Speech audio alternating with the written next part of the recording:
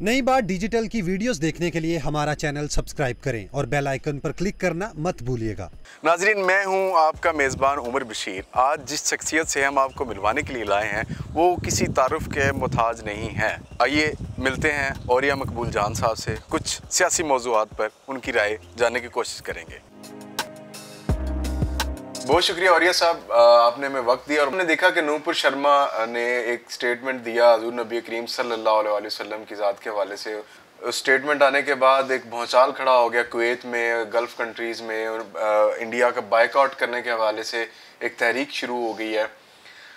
पाकिस्तान ने भी इंडिया के तलब किया है, कमिश्नर को बुला के पूछा गया, इस हवाले से तहफ़्फ़ुज़ात बताए गए हैं। आपको लगता है कि हमें बुलाना चाहिए सिर्फ, या उनको कहना चाहिए कि आप अपने कमिश्नर को वापस बुला लें या निकाल देना चाहिए यहाँ से? देखिए, ये जो इंसिडेंट है ना, ये मेरी ज़िंदगी का सबसे तकलीफ़ दे इंसिडेंट है। आप यकीनन पूछेंगे कि ऐसे तो रोज़ होते रहते हैं, तो ये तकलीफ़ दे क्यों है? उसकी वजह ये है कि हमेशा से हमारा ये एक तसव्वुर रहा है कि पाकिस्तानी सबसे पहले रिएक्ट करते थे इसके ऊपर। मैंने अपनी ज़िंदगी का जो पहला जुलूस जो है जिसमें शिरकत की थी, मैं अपने वालिद के साथ गया था, वो दिसंबर 1963 में हुआ था। और पता चला था कि हज़रत बल की दरगाह पे रसूल अकरम सल्लल्लाहु अलैहि वसल्लम का एक मुबारक चोरी हो गया हुआ है। तो हम जुमे के दिन अचानक पता चला, ख़बर आई, और लोग गुजरात की सड़कों में निकल आए थे और पूरे पाकिस्तान में निकले थे। और मेरे वालिद की उंगली मैंने पकड़ी हुई थी और आंसुओं से वो रोते जाते थे और हम कहते थे कि हमारे साथ हो क्या गया। उसके बाद आगे दूसरा जो मैंने जुलूस अटेंड किया है वो 1969 में किया है। मैं 13 साल की उम्र का था और एक ख़बर छपी थी कि फ़लाँ एनसाइक्लोपीडिया में रसूल अकरम सल्लल्लाहु अलैहि वसल्लम की एक जारी तस्वीर जो है वो शाया कर दी गई है। वो ख़बर छपी थी, हम लोग निकल आए थे, बड़े हंगामे हुए थे और मैं 13 साल का था। मेरा पहला पर्चा उस पर हुआ था, मेरे ऊपर जो हुआ था उस वक़्त।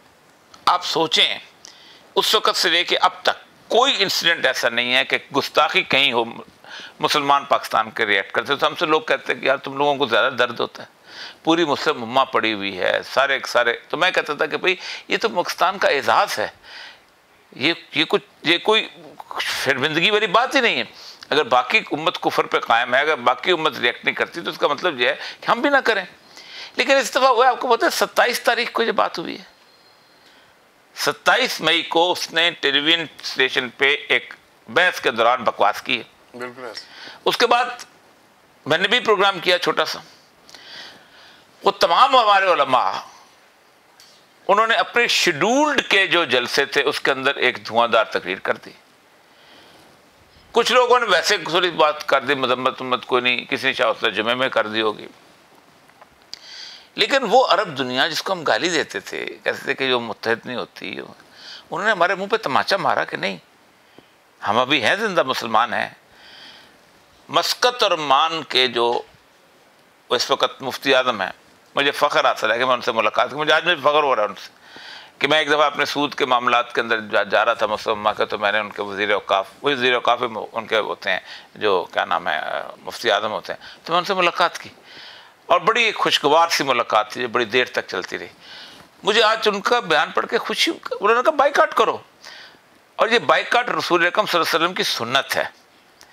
आप सल्लल्लाहु अलैहि वसल्लम ने मदीना पहुंच के पहला स्टेप पता क्या लिया था? अबू सुफियान का काफिला रोको, ताकि हम माशी तौर पे उनको बताएं कि हम माशी तौर पे कैसे सिख पहुंचा सकते हैं।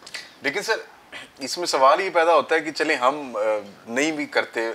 आपने अभी बात की बाइकआउट करने की, सऊदी अरब या दुबई देख लें, एक बड़े अलायज़ हैं इंडिया के साथ और इकोनॉमिक पार्टनरशिप भी है इन दोनों ममालिक की।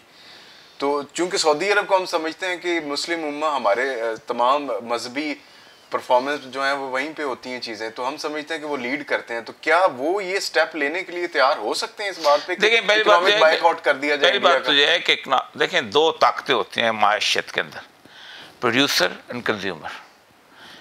ज्यूज़ ने हॉलोकॉस्ट का कानून किस बात पे मंजूर करवाया? Because they are the producers, we are the consumers. Major consumer मुसलमान हैं। कंज्यूमर बाइकाट करते तो प्रोड्यूसर खत्म हो जाता है। बिल्कुल ऐसे ही। आज अगर आप एक दफ़ा बाइकाट कर दे, तो आप देखें ना, सिर्फ एक दो मुल्कों में हुआ है ना, कतर में, कुवैत में। नरेंद्र मोदी आ गए ना, उन्होंने उनको खत्म कर, कभी सोचा था कभी किसी ने किस तरह वापस आएंगे उस पर? सिर्फ दो मुल्कों में हुआ। अभी तो पाकिस्तान में कुछ भी नहीं हुआ। अभी तो हम तो उसी तरह फिल्में देख रहे हैं उनकी। अभी तक बस हज़ारों लोगों के घरों में शाहरुख खान की और उसकी सलमान खान की तस्वीरें लगी होंगी। हमारा छोड़ दें, हाँ भारत बुरी। देखिए, करना चाहे नहीं करना चाहिए, जिसको करना चाहिए उसको कैंपेन चला के बाइकाट करना चाहिए मसरूआत का। सर, कल ट्विटर पे, बल्कि आज सुबह भी चल रही थी चीज़ें, अल्लामा साद हुसैन रिजवी साहब की बाकायदा तस्वीर लगा के और कैप्शन दी जा रही थी कि भंग पी के सोए पड़े हैं, या इस तरह के अलकाबात उनको लगाए जा रहे हैं। क्यों नहीं निकल रहे बाहर? निकलना चाहिए उनको। मैं बताऊं, पाकिस्तान की, जो मैं हमेशा कहता हूं, पाकिस्तान की बदकिस्मती जमहूरियत है। जमहूरियत जो है ये आपको बहुत स्टेप्स लेने पे आपको मजबूर नहीं करती। एक आप इलेक्शन के पीछे पड़े होते, रैलीज के चक्करों में लगे होते। यही वजह है कि नहीं हो रहा। असल मसला यही है कि हम बहुत सारे ऐसे मामला जो हैं उसमें साद अली साहब ने एक दिन के बाद सियालकोट के इंसिडेंट का जो था वो किया था, आपको पता है, रिस्पॉन्स दिया। मैंने फ़ौरन मैसेज किया अभी कर दो, लेकिन वजह से कहीं वोट हमारे खतरे में पड़ जाए। आपको लगता है अभी भी वोट की यही वजह बाहर नहीं निकल रहे? या अकेले साथ की बात की 5 लाख मुफ्तियान इकराम जिन्होंने फतवा दिया था मौलाना फजल रहमान का, वो कहाँ है? क्या अल्लाह का दीन उनका नहीं है? क्या रसूल सल्लल्लाहु अलैहि वसल्लम उनके नहीं है? ये सारे के सारे मदरसों के उलमा जो कि जब मुशर्रफ ने शुरू किया था उस वक़्त के, हम उनको रजिस्टर करके सारे मैदान में निकले थे कि नहीं निकले थे? तो ये मजहब को बिजनेस बना के चला रहे हैं, इसका मतलब ये नहीं, मैं उस पर इतना बड़ा इल्ज़ाम तो नहीं लगाता हूँ, लेकिन हमारा इस दफ़ा हमारा मामला गलत हुआ है। हमने उस तरह रिएक्ट नहीं किया। 27 तारीख को हुआ है, पहले दिन पाकिस्तान को सफ़ीर को बुलाना चाहिए था, इनके पहले दिन पाकिस्तान को रिएक्ट करना चाहिए। इंडियन कमिश्नर को वापस भेजना चाहिए। इंडियन हाई कमिश्नर तो है, डिप्टी हाई कमिश्नर इंडियन। अभी तो आपने अभी कमर्शियल काउंसिल पे भेजा है वहाँ पर, आप उसको तो वापस बुलाएं। 2 हफ्ते हुए भेजा है शहबाज शरीफ साहब ने, उसको तो वापस बुलाएं, कमर्शियल काउंसिल को तो वापस बुलाएं।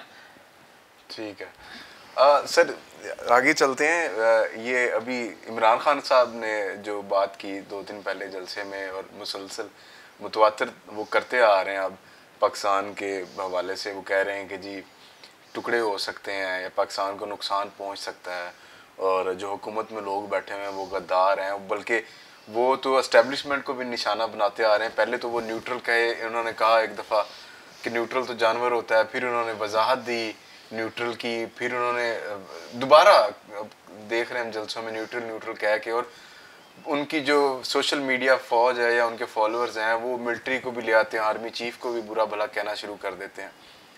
इमरान खान साहब जो बात कर रहे हैं दूसरी पॉलिटिकल पार्टीज के लोग करते आ रहे हैं।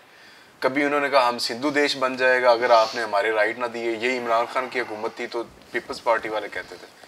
फिर ये इन्होंने मरीम नवाज के हवाले से कहा, अभी मिनिस्टर हैं वो कैबिनेट में शहबाज शरीफ की, मियाँ जवेद लतीफ़ साहब, वो कहते थे अगर मरीम को कुछ हुआ तो हम पाकिस्तान खप्पे का नारा नहीं लगाएंगे। तो उनका वो तोड़ने का मकसद या उनके ज़हन में जो तोड़ने की एक प्रपोजिशन है वो और इमरान खान साहब जो बात कर रहे हैं, क्या सिमिलैरिटीज़ हैं और क्या डिफरेंस है इन दोनों में? देखिए, इमरान खान की वजह से पाकिस्तानी कौम के ऊपर एक बहुत बड़ा एहसान हुआ है। वो ये हुआ है कि रेत की बोरियों के पीछे जो लोग छुपे हुए थे वो सामने आ गए हैं। आपका इशारा जिसकी भी तरफ है, रेत की बोरी के पीछे कौन होता है? यूनिफॉर्म। मैं मतलब जो भी होता है, कोई भी गैर यूनिफॉर्म वाला भी बैठ सकता है। रेत की बोरी सियासतदान है। हमेशा हम एस्टेब्लिशमेंट का नाम लेते थे लेकिन हम उसको गोल कर देते थे। एस्टेब्लिशमेंट का मुकाबला 70 साल ऐसे लोगों से रहा है कि जो बेचारे मेन स्ट्रीम के लोग नहीं थे। आपका सबसे पहली लड़ाई शुरू हुई आपने बलूचिस्तान के अंदर 74 में, उससे पहले भी हुई थी, लेकिन बलोच बेचारे सादा से लोग थे उस वक़्त। आपने जो कुछ आया कर लिया, सब कुछ कर दिया, उनको नहीं अंदाजा था कि एस्टेब्लिशमेंट क्या होती है। उसके बाद आपका दूसरा जो मुकाबला हुआ वो हुआ 1983 के अंदर सिंध के साथ। वो भी इस तरह की थी, इतनी जज्बाती कैफियत थी उसमें। सिंध के इंटीरियर थे, ना लाहौर में भुट्टो पे कुछ हुआ, ना कराची में भुट्टो पे कुछ हुआ, ना किसी और जगह पे हुआ। फिर आपका मुकाबला आया तालिबान के साथ, TTP के साथ, बाकी लोगों के साथ, स्वात के साथ। उनको भी आपने दहशतगर्द कह के उड़ा दिया, क्योंकि अमेरिका आपके साथ था, ड्रोन्स भी थे, सब कुछ थे, हर चीज़ थी। बलोच इंसर्जेंसी भी साथ साथ चलती रही। फिर कराची में आपका MQM के साथ उस तरह का मुकाबला नहीं हुआ, आपने साथ उनके साथ ताल्लुकात रखे थे। बहुत शुक्रिया आपके वक्त का। Thank you.